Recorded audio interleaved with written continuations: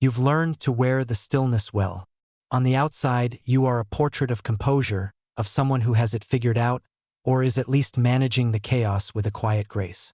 But inside, in the silent chambers of your soul where no one else is permitted entry, there is a war. A quiet, grinding, exhausting war.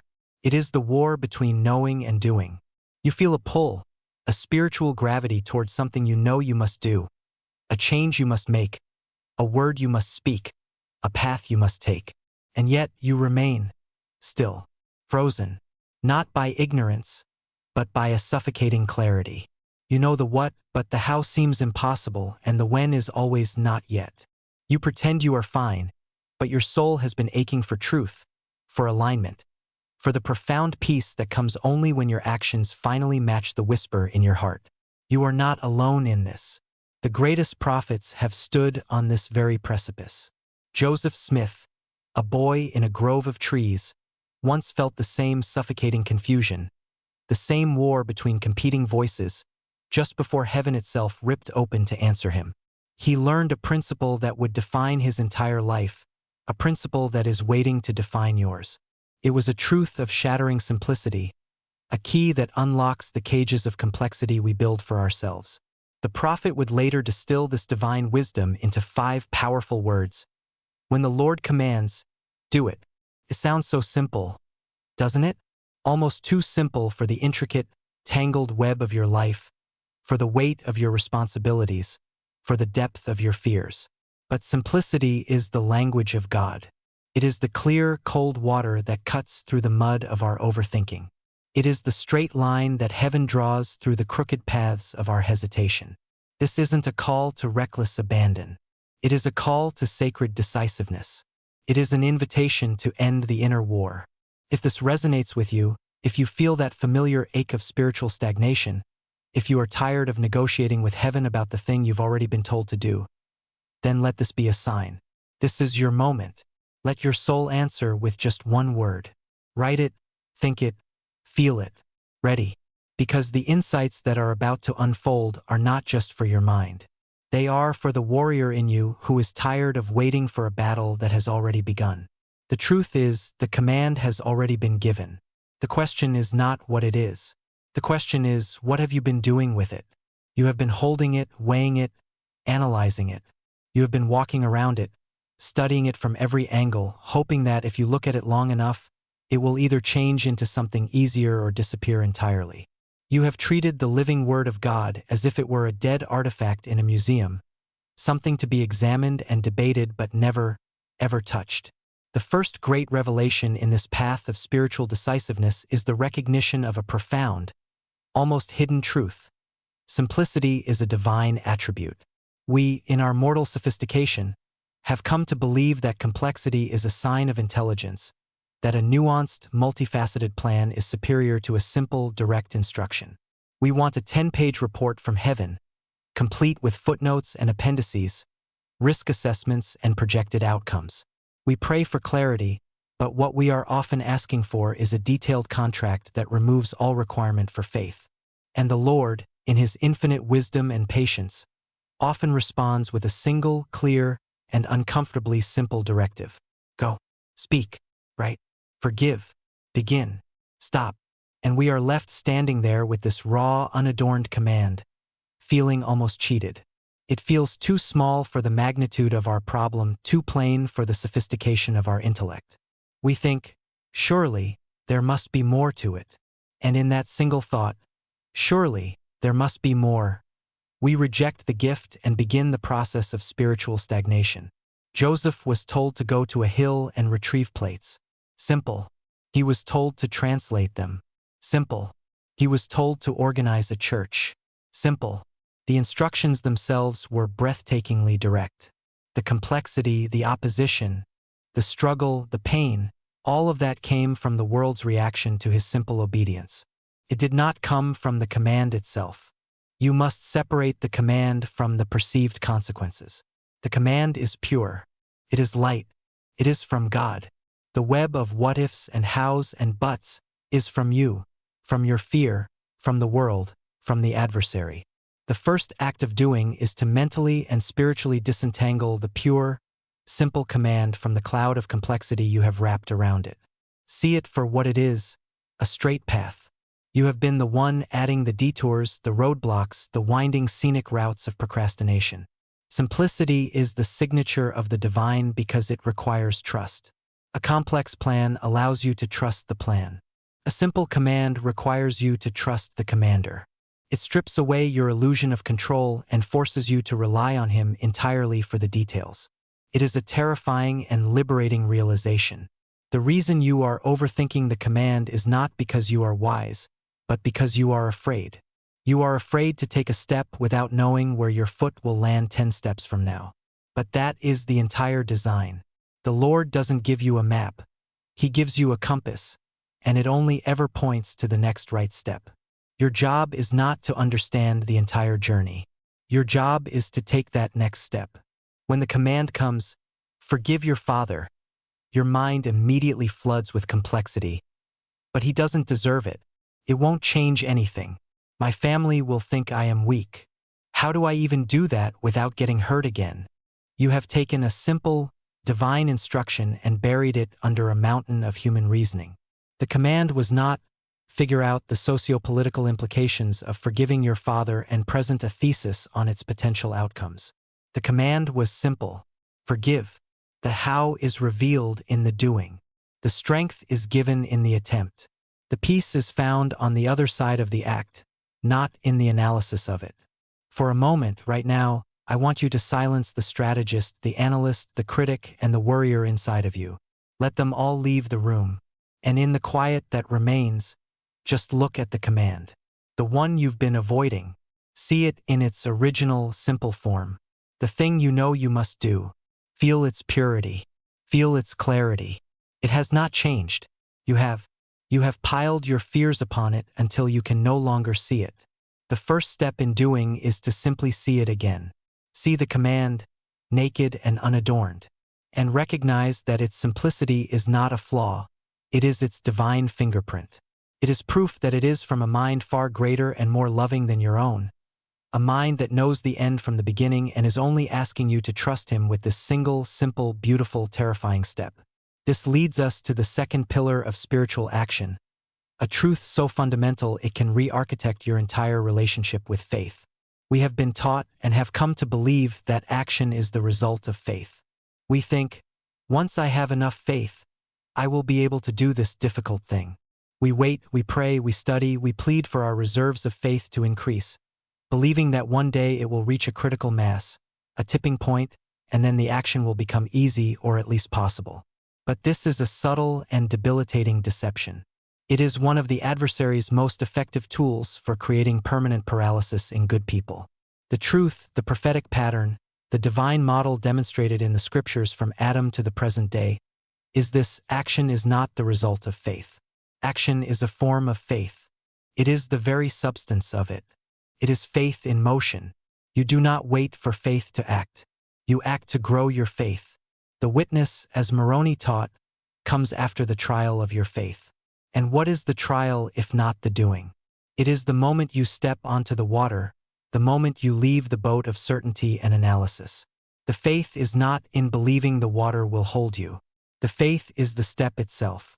You are waiting for a feeling, a divine confidence, to wash over you before you move. You are waiting for the fear to subside. But the feeling you seek is not at the beginning of the journey. It is a landmark you discover along the way. The pioneers standing on the banks of the Mississippi in the frozen winter of 1846 did not feel a grand sense of certainty.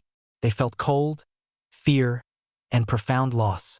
They had just been driven from their homes, their temple desecrated.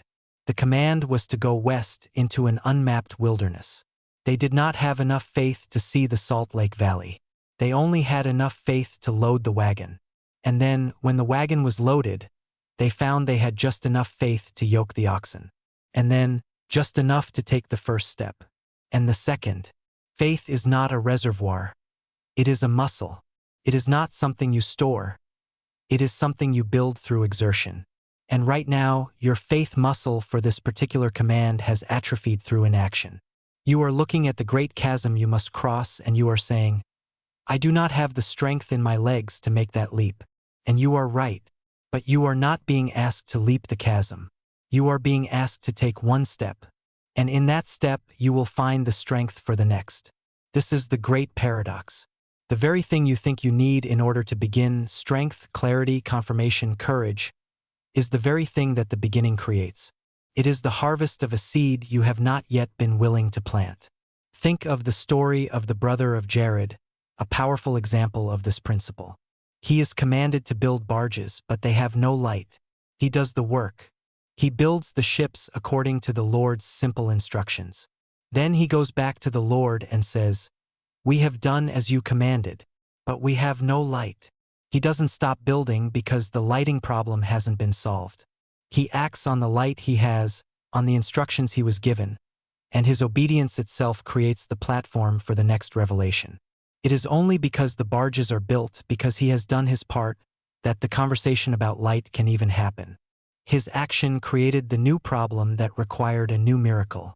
You have been staring at your unlit barge, refusing to build because you don't know how you'll see inside it. The Lord is waiting for you to pick up the tools. The act of building is what will bring you to the mountain where you can finally have the conversation about light. What is the tool you need to pick up? What is the first piece of wood you need to cut? The command in your heart is not the final product. It is the first instruction. Obedience to it is what qualifies you for the second. You are trying to live by the light of a revelation that has not yet been given, because it can only be given to the person you will become by acting on the revelation you already have. This changes everything. It reframes your waiting not as patient reverence, but as an active refusal to grow. It is time to stop praying for more faith. Instead, pray for the courage to act on the particle of faith you already possess. Even if it is just a desire to believe, act on that desire. Let the doing be your prayer. Let the step be your sermon. When the Lord commands, do it, not because your faith is strong, but because you want it to be. The stillness you've been cultivating, the one you've mistaken for patience, has a darker side. There is a profound and creeping spiritual danger in delay. When a divine command is given, it is accompanied by a measure of divine light, grace, and enabling power. It is a living thing, a spark of celestial energy planted in the soil of your soul. It is meant to be acted upon immediately, while the ground is soft, while the light is bright. But when you delay, when you hesitate, when you choose to analyze instead of act, that sacred energy begins to dissipate. The clarity of the command starts to fade. The memory of its spiritual power becomes fainter. The urgency you once felt is replaced by a dull, chronic sense of obligation, which then curdles into guilt, and finally, into a reasoned justification for your inaction. This is a spiritual law. Delay invites decay. Hesitation is an open invitation to the adversary to begin his work. He is a master of exploiting the gap between inspiration and action. In that space, he whispers his most convincing lies. Are you sure that was from God? Maybe it was just you. Look at all the obstacles.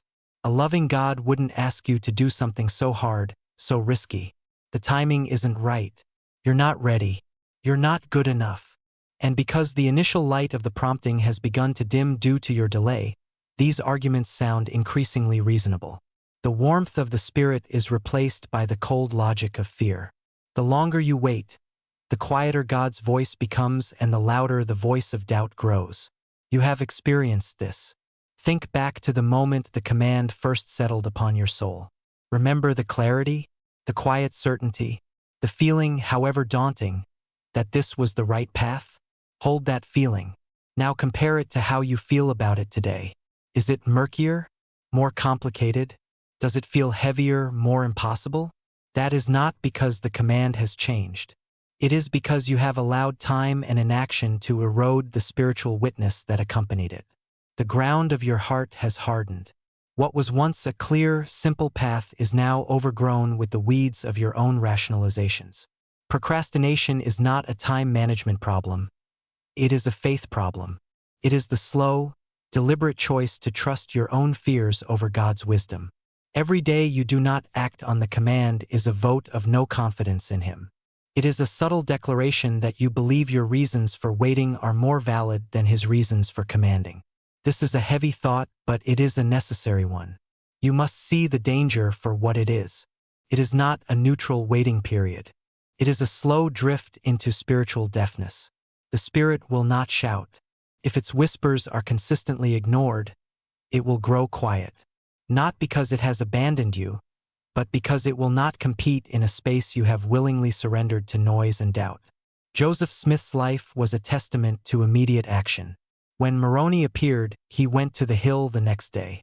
When the command came to move, the saints moved. They did not always do it perfectly, but they did it. They understood that the flow of revelation was contingent upon their movement. They knew that to stand still was to cut themselves off from the very power they needed to succeed. The danger of delay is that it creates a new, false equilibrium.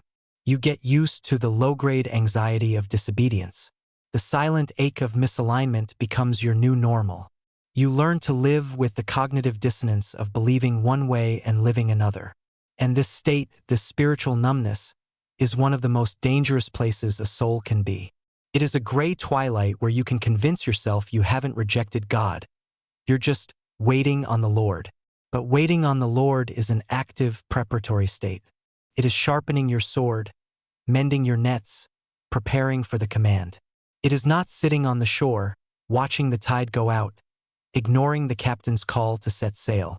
The command has been given. The tide is right. Your ship is in the harbor. Every moment you remain tied to the dock, the winds of the Spirit lessen, and the fog of the world rolls in. You must see your hesitation not as prudence, but as a poison. It is slowly killing the sensitive, responsive spiritual nature within you. It is teaching your soul that promptings are optional, that the voice of the Lord is merely a suggestion. And a soul that treats commands as suggestions will eventually lose the ability to hear a command at all. The time for deliberation is over. You have analyzed this to death. Now is the time for life. Now is the time for action. You must break the spell of delay with a single, decisive movement. But this brings you to the core of the struggle, the question that echoes in the quiet moments of your wrestling. How can you be certain? How do you truly discern between a divine command, a fleeting emotional impulse, an anxious should, or a well-intentioned idea from your own mind? This is not a question of doubt, but of sincere desire. You don't want to act presumptuously. You want to move on God's will, not your own. And so you wait, seeking a level of certainty that feels perpetually out of reach. Here lies the secret. Discerning a true command from the Lord is less about hearing an external voice and more about recognizing an internal spiritual weight. It is a process of attunement, not audition. A suggestion from your own mind, or from the world, is often loud, frantic, and demanding. It shouts for attention. It is accompanied by anxiety, pressure, and a frantic energy of what if. It often focuses on the outcome, on the glory or the fear associated with the result. A command from the Lord, however, almost always arrives in quietness. It does not shout. It settles. It lands in your soul with a profound and unmistakable gravity. It has weight. It has substance. You can feel its truth in your spiritual bones. It is often a thought that you cannot get rid of. You can distract yourself, you can argue with it, you can bury it under a mountain of tasks and worries, but it is always there when you get quiet. It waits for you. It is patient, persistent, and calm. It doesn't try to convince you with logic. It simply resonates with the deepest part of you that knows truth. It feels less like an idea you had and more like a memory of something you've always known. Furthermore, a true command often carries a paradoxical feeling. It is simultaneously the last thing you want to do and the only thing that you know will bring you peace. It challenges your comfort, your pride, your plans. It asks you to stretch, to sacrifice, to become more than you are. That is why your mortal mind resists it. It feels difficult, inconvenient, even impossible. But your spirit, the eternal part of you, recognizes it as the path home. It is the key to your own spiritual evolution. And so, you feel this internal split, the flesh recoiling from the difficulty while the spirit leans into the truth of it. This inner tension is a powerful indicator of a divine command. If an idea makes you feel exclusively excited and puffed up, be cautious. It may be born of ego. If an idea makes you feel exclusively fearful and anxious, be cautious. It may be born of the adversary. But if an idea makes you feel a quiet, sober, humbling, and yet deeply resonant sense of, oh, no, this is it, isn't it? Pay very close attention.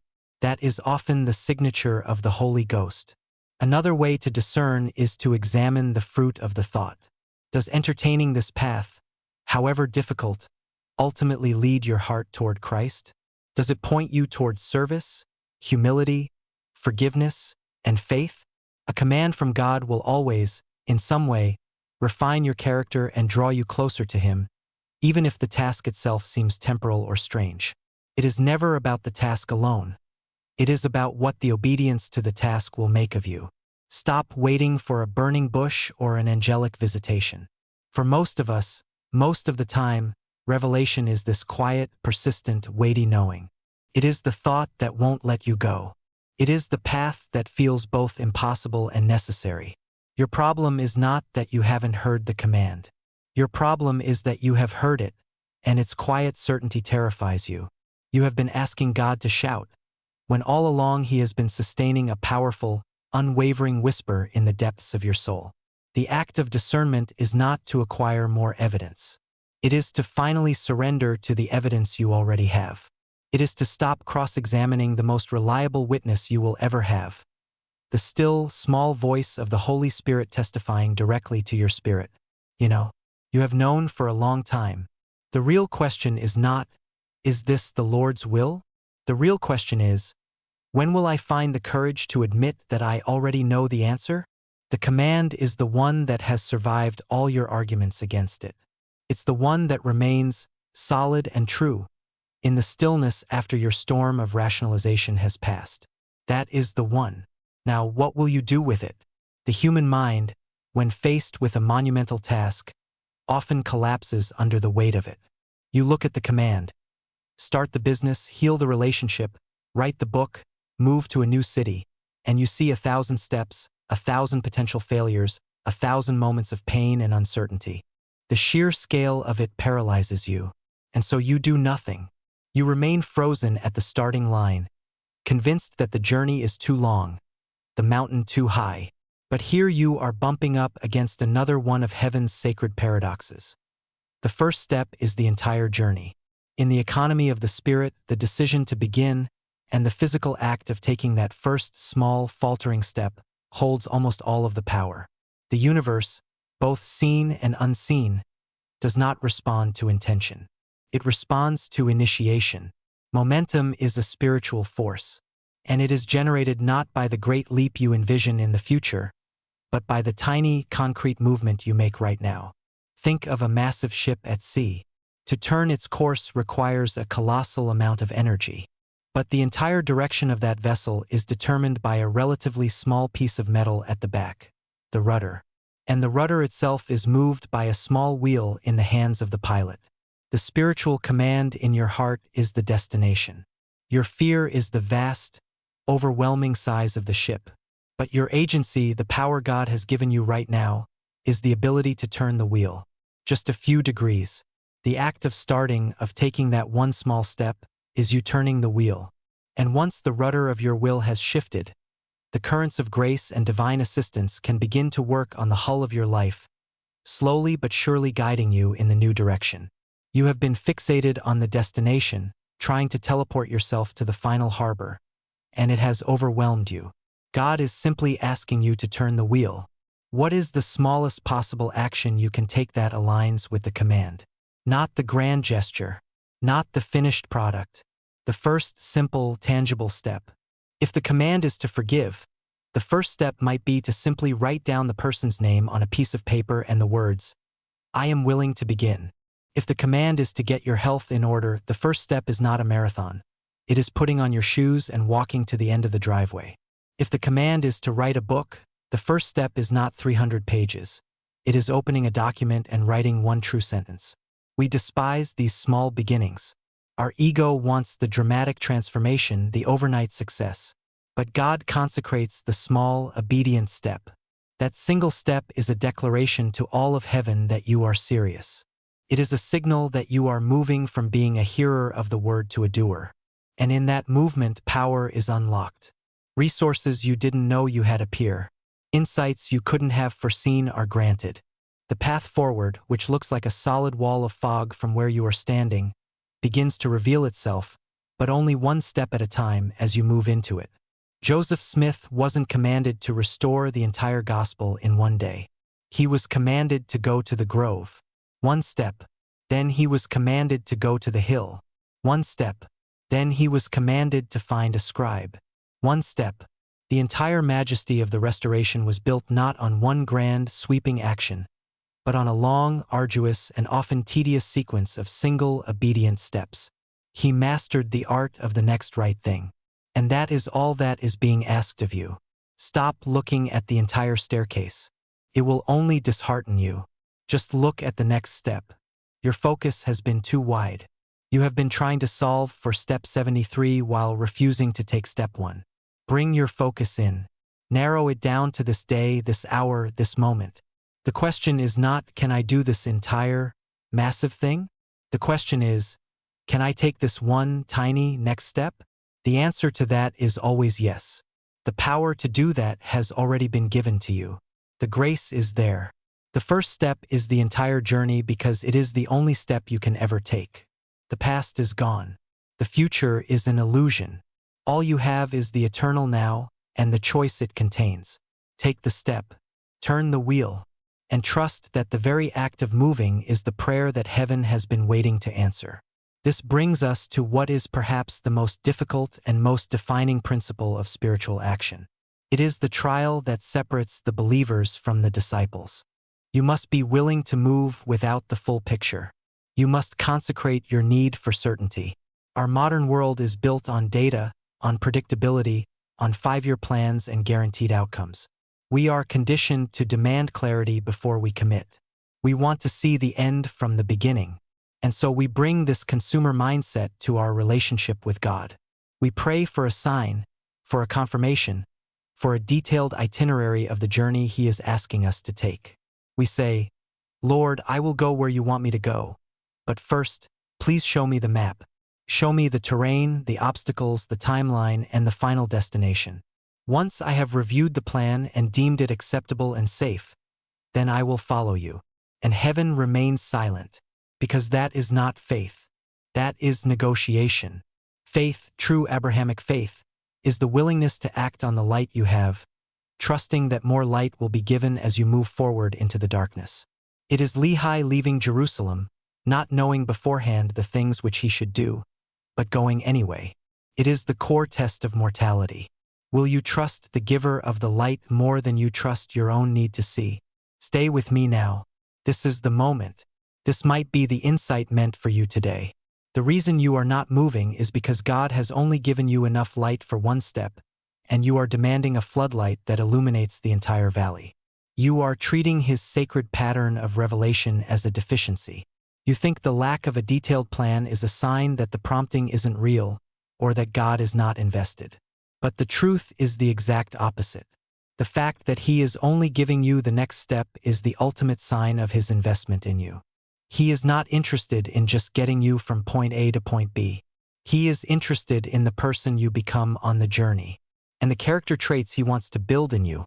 Trust, patience, courage, dependence on Him can only be forged in the darkness, on a path that is revealed one step at a time. A detailed map would require no faith. It would build no character. It would be a simple exercise in navigation. God is not interested in making you a good navigator. He is interested in making you a son or a daughter who knows how to walk with their father in the dark. This is why it feels so terrifying. He is asking you to let go of your greatest illusion, the illusion of control. He is asking you to trade your carefully constructed plans for His unfolding purpose. He is asking you to find your security not in knowing the future, but in knowing Him. When the command comes, do it, it is an invitation to this deeper relationship. The command is the what. Your obedience is the how. The Lord's grace and subsequent revelation is the when and the where. You are trying to figure out all of it before you even begin, and it is short-circuiting the entire process.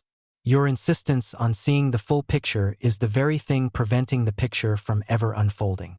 It's like demanding to see the finished painting before the artist will even touch the brush to the canvas.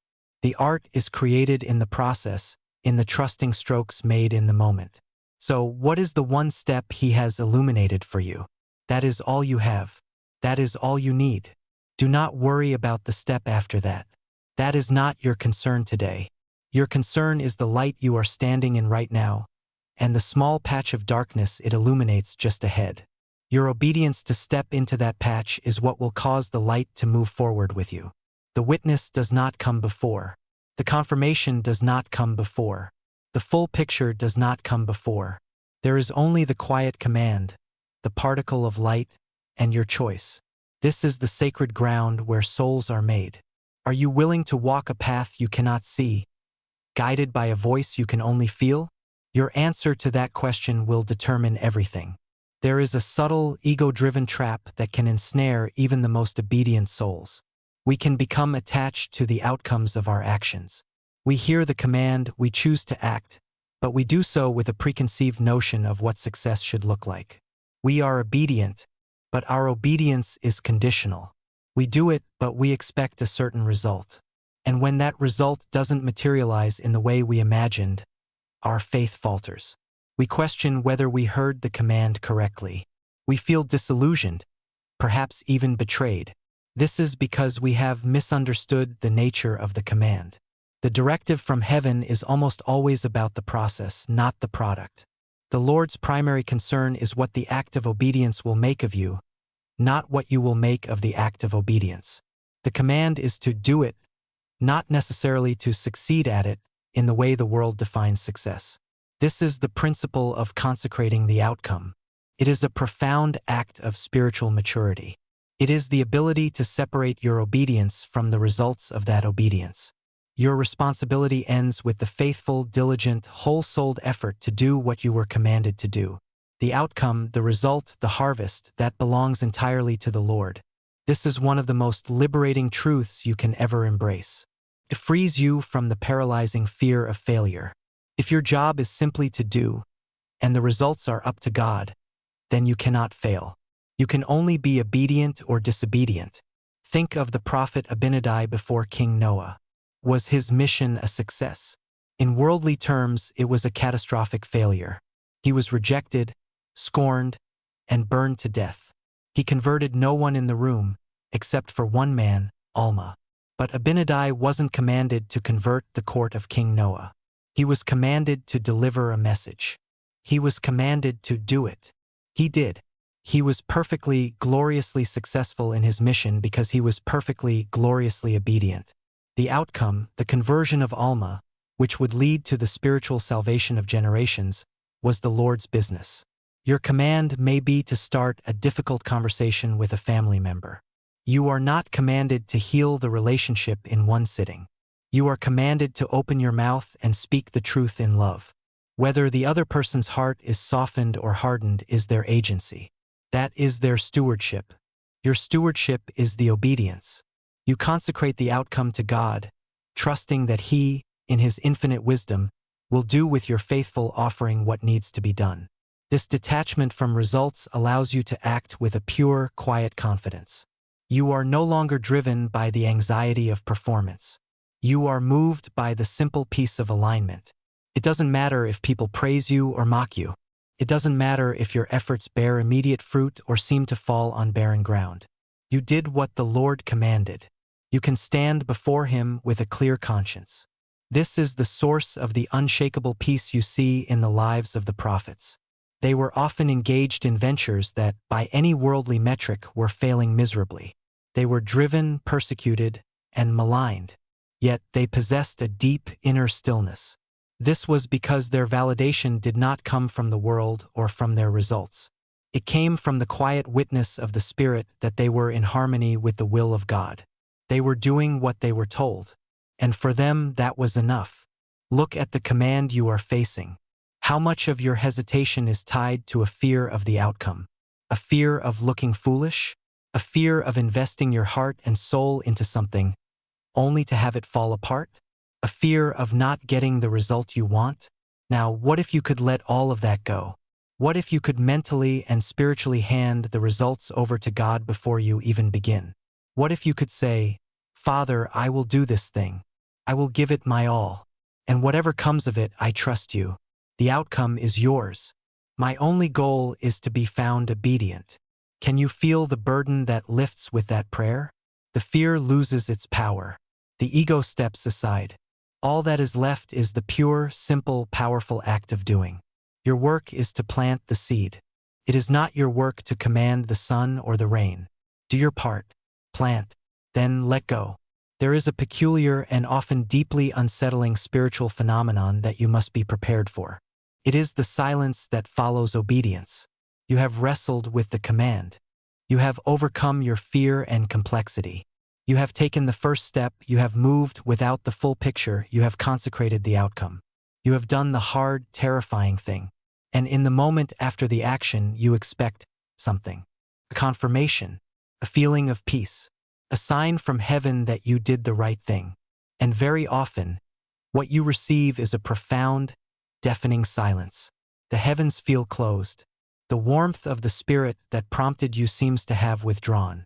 You are left alone in the echo of your own obedience, and a terrifying thought begins to creep in. Did I make a mistake? Did I imagine the whole thing? This is a test, and it may be the most crucial test of all. It is the test after the test. The silence of God is not the absence of God. The silence of God is a sign of His trust in you. He spoke. You listened. You acted. Now He is quiet, watching to see if you will hold the course. He is watching to see if your obedience was a transaction, an action performed to get a specific feeling or result, or if it was a true offering, an act of pure faith that requires no immediate reward. It is in this sacred silence that your spiritual roots deepen. It is where you learn to walk by faith and not by sight, or even by feeling. It is where you transition from needing a constant spiritual reassurance to developing a core of unshakable inner knowing. You learn to trust the memory of the light. You look back at the moment of the command, you remember the clarity, the weight, the truth of it, and you hold on to that, even when your present circumstances are filled with ambiguity and silence.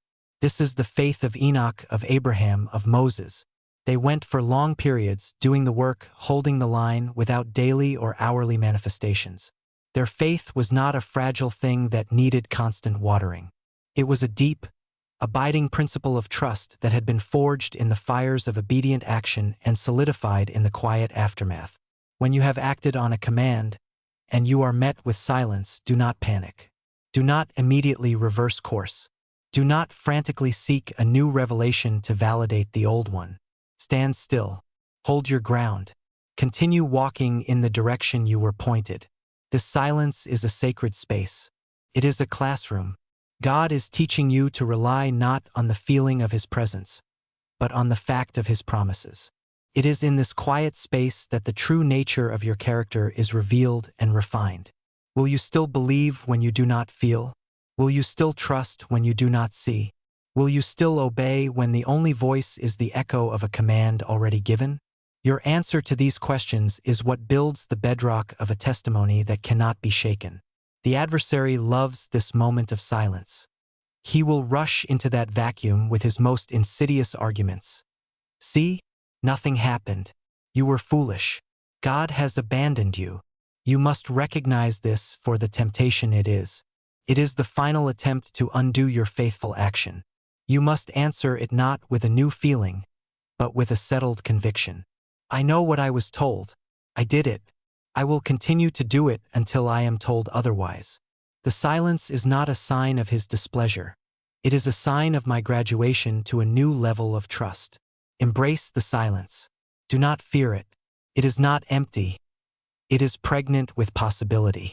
It is the fertile ground in which the seeds of your obedience are germinating deep beneath the surface, in a way you cannot yet see. Be patient. Be still. And know that He is God. The next word will come at the right time. But for now, your task is to live by the last word He gave you, with unwavering, silent courage. And where does that next word come from? How does the next command arrive? This is the culminating principle, the one that closes the loop and reveals the beautiful, dynamic nature of personal revelation. The next revelation, the next piece of the map, the next command from the Lord, does not come to those who are standing still. It comes to those who are in motion. Action clarifies the next command. Revelation is a consequence of movement. You have been waiting for the entire plan before you start, but the divine pattern is that the plan unfolds as you walk. You are sitting at the crossroads, praying for a sign that tells you whether to turn left or right. And so you wait. But the Lord is waiting for you to simply choose a path and start walking. It is often only after you have committed to a direction, after you have engaged your agency and begun to move, that the clarifying or redirecting revelation comes. Not that way, this way, or, yes, keep going. But the Spirit cannot steer a parked car. You must be moving. You must be engaged in the work. Think of the Liahona in the Book of Mormon. It worked according to the faith, diligence, and heed which they gave unto it. And when they were slothful and forgot to exercise their faith, it ceased to work. The guidance came to a people who were on a journey, in the midst of struggle, in the act of trying. It did not give them the full map to the promised land while they were still comfortable in Jerusalem. It gave them the next direction in the wilderness. Your life is that wilderness. The command you have already received is your call to leave Jerusalem. You must act on it. Your obedience to the first command is what qualifies you for and positions you to receive the second command. You are trying to solve a puzzle, but you are refusing to place the first piece that is already in your hand. You cannot see how the second piece fits until the first is on the board. The act of placing it changes your perspective.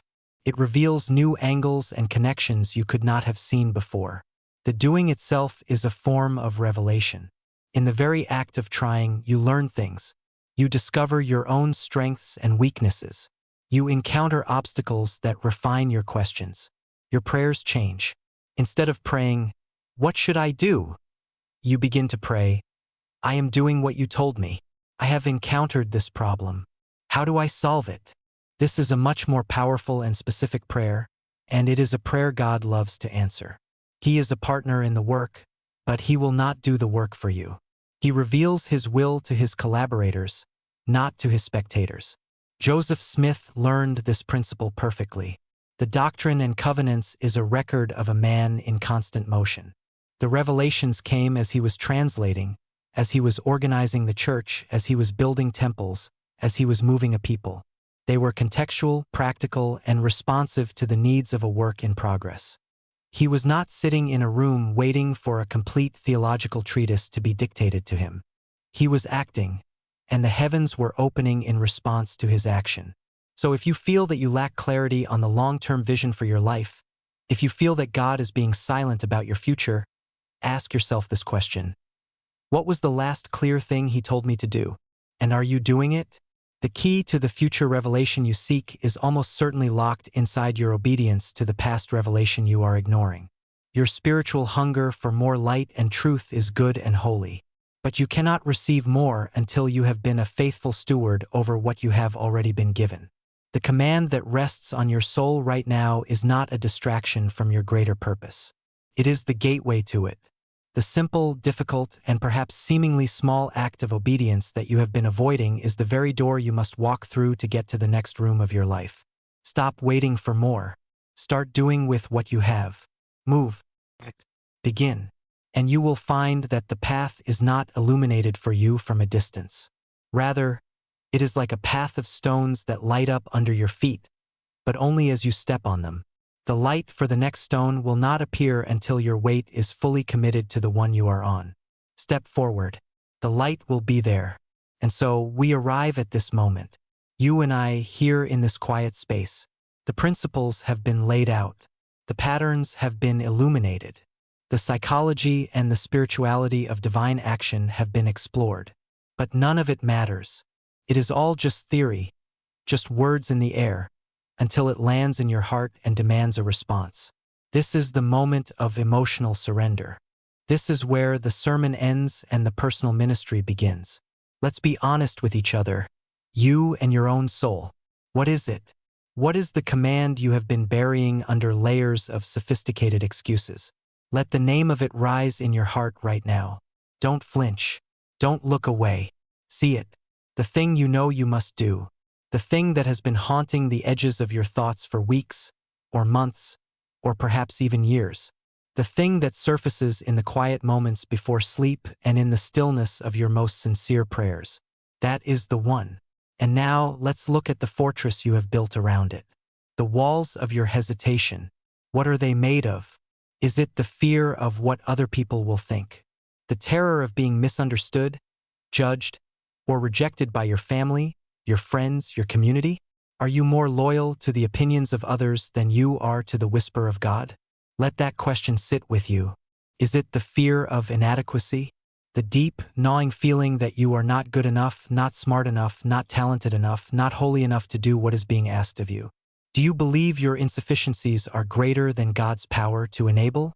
You have been staring at your own weakness for so long you have forgotten to look at His strength. Is it the fear of failure? The fear of giving your all, of stepping out in vulnerability, only to fall flat on your face, to have it not work out, to be left with nothing but the shame of your attempt? You have been worshiping at the altar of a successful outcome, rather than at the altar of an obedient heart. Or perhaps it is something more subtle. Perhaps it is the comfort of your current life. The command, if you were to obey it, would disrupt everything. It would demand change, sacrifice, an end to the familiar routines and anesthetizing distractions you have so carefully constructed. Your prison is comfortable, the door is unlocked, but you are afraid of the open air. Just for a moment, I want you to stop fighting. Stop defending your inaction. Stop justifying your delay. Just for 60 seconds, lay down your weapons. Surrender. Let the truth of your situation wash over you. Feel the weight of your own resistance. Feel the spiritual exhaustion of living a life that is out of alignment. Feel the quiet grief for the person you know you could be, the person God is calling you to be, if you would only move. It's okay. It's okay to feel the break. In fact, that break is necessary. The moment you break is the moment you can be remade. This is that moment. In the quiet of your own heart, just whisper it. I am done fighting. I am done waiting. I am done with my own reasons. This is not a surrender to defeat. It is a surrender to victory. It is the end of the civil war within you. It is the laying down of your will so that a greater will can work through you. Feel the stillness that follows that surrender. The quiet, the peace. The fear is still there, perhaps. The uncertainty has not vanished. But it no longer has power over you. Because you are no longer serving it. You have chosen your master. You have chosen the voice you will obey. The battle is over. The decision has been made. And now, out of that stillness, out of that sacred surrender, comes the quiet transformation. Do not mistake this for a call to some grand, dramatic, life-altering upheaval by morning. The world shouts for transformation in earthquakes and fire. Heaven whispers it in a still, small voice. The change that matters, the change that lasts, begins not with a bang, but with a quiet, resolute turning of the heart, followed by a single, simple step. You have been carrying the weight of the entire mountain. The Lord is asking you to simply pick up one stone. Look again at the command that you have just acknowledged. Strip it of all its drama, all its future implications, all of its imagined complexities, and find the very first, physical, tangible action that it requires. The smallest possible unit of obedience. That is your entire focus now. Not the conversation, but dialing the number. Not writing the novel, but opening the laptop and typing the first sentence. Not healing your body, but drinking one glass of water. Not forgiving the massive wound, but choosing not to rehearse the grievance for the next 5 minutes. This is where the divine power flows. Not into your grand intentions, but into your humble, concrete actions. The peace you have been seeking is not found in the completion of the task. It is found in the beginning of it. The alignment you crave is not a destination. It is the feeling of being on the path, of moving in the right direction, no matter how slowly. You have lived in the complexity of someday. Now you are being invited into the beautiful, liberating simplicity of right now. Right now, you can take one small step. You have the power to do that. The grace for that one step has already been given. It is waiting for you. It is contained within this very moment. The prophet's counsel was simple. When the Lord commands, do it. It is a call to immediate, trusting, and unadorned action. It is the antidote to the paralysis of our age. It is the key that unlocks the door of your self-made prison. You don't need more wisdom. You don't need more signs. You don't need more preparation. You just need to move. Take the quiet resolve that has settled in your heart in this moment of surrender and translate it into a single, deliberate action. Let that action be your prayer. Let it be your testimony. Let it be the signal to God and to yourself that you are finally, truly ready. The war is over. The waiting is done. There is only the quiet, clear path ahead. And the first step, which is the only step that matters, is waiting for you. Take it.